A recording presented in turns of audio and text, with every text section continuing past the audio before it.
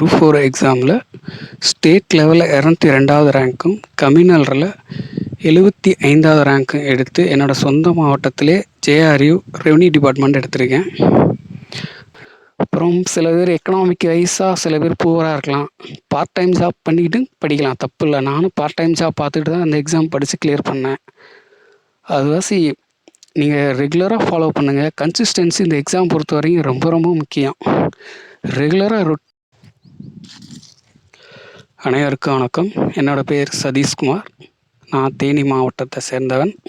நடந்து முடிந்த 2024 குரூப் 4 எக்ஸாமில் ஸ்டேட் லெவலில் 202வது ரேங்க்கும் கம்யூனலில் 75வது ரேங்க்கும் எடுத்து என்னோடய சொந்த மாவட்டத்திலே ஜேஆர்யூ ரெவன்யூ டிபார்ட்மெண்ட் எடுத்திருக்கேன். நான் எப்படி இதை டிஎன்பிஎஸ்சி கிளியர் பண்ணேன் குரூப் 4ல் அப்படின்ற என்னோடய அனுபவத்தை இந்த ஆடியோ மூலமாக பகிர்ந்துக்கிட்டு படிக்கிறவங்களுக்கும் இனி படிக்க போகிறவங்களுக்கும் சில பயனுள்ள என்னோடய அனுபவங்களை நான் ஷேர் பண்ணிக்கிறேன்.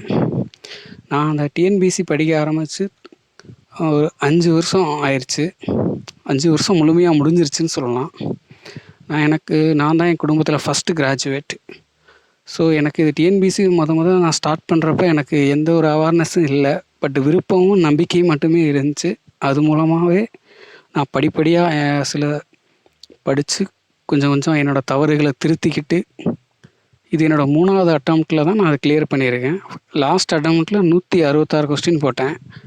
எனக்கு ஒரு கொஸ்டினில் எனக்கு லாஸ்ட் டைம் மிஸ் ஆயிடுச்சு. பட் இந்த தடவை நான் 177 கொஸ்டின் போட்டு என்னோடய சொந்த மாவட்டத்திலே ஃபஸ்ட் டே கவுன்சிலில் நான் கலந்துக்கிட்டு நான் ஜேஆர்யூ எடுத்திருக்கேன். டிஎன்பிஎஸ்சி படிக்கிறவங்களுக்கு என்னோடய சின்ன ஒரு வேண்டுகோள் அனுபவத்து மூலமாக சொல்கிறது என்னென்னா, கடைசி வரைக்கும் நம்பிக்கையோடு படிங்க, மனம் தளராதீங்க, திட்டமிட்டு படிங்க. சிலபஸையும் ப்ரீவியஸ் இயர் கொஸ்டின் பேப்பரையும் நல்லா அனலைஸ் பண்ணிவிட்டு அதுக்கப்புறம் படிங்க. டெய்லி நியூஸ் பேப்பர் வாசிக்கிறது இந்த எக்ஸாம் பொறுத்த வரைக்கும் ரொம்ப ரொம்ப முக்கியம். அடுத்து என்னென்னா ஆப்டிடியூட். அதில் 25 கொஸ்டின் இருக்குது. அதை நீங்கள் ரெகுலராக ப்ராக்டிஸ் பண்ணணும். முக்கியமாக ப்ரீவியஸ் இயர் கொஸ்டின்ஸ் பேப்பரையும் ஸ்கூல் புக்ஸையும் மெயின் சோர்ஸாக எடுத்துக்கோங்க. அதே மாதிரி லாங்குவேஜை பொறுத்த வரைக்கும் அட்டை டு அட்டை தான், வேறு வழியே இல்லை. 6வதுலேருந்து 10வது வரைக்கும் நீங்கள் எதையும் மிஸ் பண்ணாமல் படிச்சிருங்க. +1 +2 மட்டும் செலக்ட் பண்ணி சிலபஸ் வச்சு படிங்க. இதுக்கு முன்னுக்கு லாஸ்ட் நடந்த குரூப் 4 வரைக்கும் பழைய புக்கும் ஆட் பண்ணி கேட்டிருந்தாங்க. ஆனால் இப்போ சிலபஸ் சேஞ்ச் பண்ணிட்டாங்க. இப்போ மேக்ஸிமம் கிராமரு மெயினாக ஃபோக்கஸ் பண்ண சொல்கிறாங்க. ஸோ அதுக்கு தகுந்த மாதிரி சிலபஸ் தகுந்த மாதிரி நம்மளே அப்டேட் பண்ணிக்கிறணும். அப்புறம் எப்படி இந்த எக்ஸாம் கிளியர் பண்ணுறது எப்படின்னா, ஃபஸ்ட்டு சிலபஸை நல்லா அண்டர்ஸ்டாண்ட் பண்ணிக்கிட்டு எந்த யூனிட்டில் இருந்து எவ்வளோ கொஸ்டின் கேட்குறாங்கன்னு தனியாக எழுதி வச்சுக்கோங்க. அதுக்கு தகுந்த மாதிரி உங்கள் ப்ரிப்ரேஷனை ஸ்டார்ட் பண்ணுங்கள். நான் எப்படி படித்தேன்னா, நான் டைம் டேபிள் போட்டு தான் படித்தேன். நான் ஒரு 3 இயர்ஸாக நான் சென்னையில் அண்ணா லைப்ரரியில் படித்தேன். கோட்டூர்புரத்தில் இருக்குது.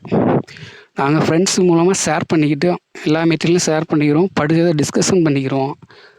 அப்புறம் எப்படின்னா, ப்ராப்பர் டெஸ்ட்டு ஏதாவது உங்களுக்கு பிடிச்ச இன்ஸ்டியூட்டில் ரெகுலர் டெஸ்ட்டு போடுங்க.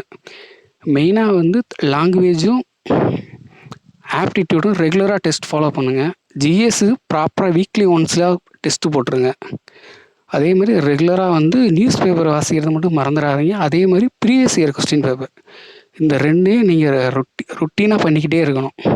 அப்படி பண்ணால் மட்டும்தான் நீங்கள் உங்களோட ஸ்கோர் இன்க்ரீஸ் ஆகும். அப்புறம் சில பேர் எக்கனாமிக் வைஸாக சில பேர் புவராக இருக்கலாம். பார்ட் டைம் ஜாப் பண்ணிக்கிட்டு படிக்கலாம், தப்பு இல்லை. நானும் பார்ட் டைம் ஜாப் பார்த்துட்டு தான் அந்த எக்ஸாம் படித்து கிளியர் பண்ணேன். அதுவாசி நீங்கள் ரெகுலராக ஃபாலோ பண்ணுங்கள். கன்சிஸ்டன்சி இந்த எக்ஸாம் பொறுத்த வரைக்கும் ரொம்ப ரொம்ப முக்கியம். ரெகுலராக ரொட்டீனாக ஃபாலோ பண்ணுங்கள். டெய்லி மினிமம் நான் ஒரு 6 மணி நேரமாவது படிப்புக்காக ஒதுக்குங்க. அவ்வளோதான். வேறு எதுவும் என்னோடய அனுபவம் மூலமாக சொல்கிறது அவ்வளோதான். ஆல் தி பெஸ்ட் எல்லாத்துக்கும்.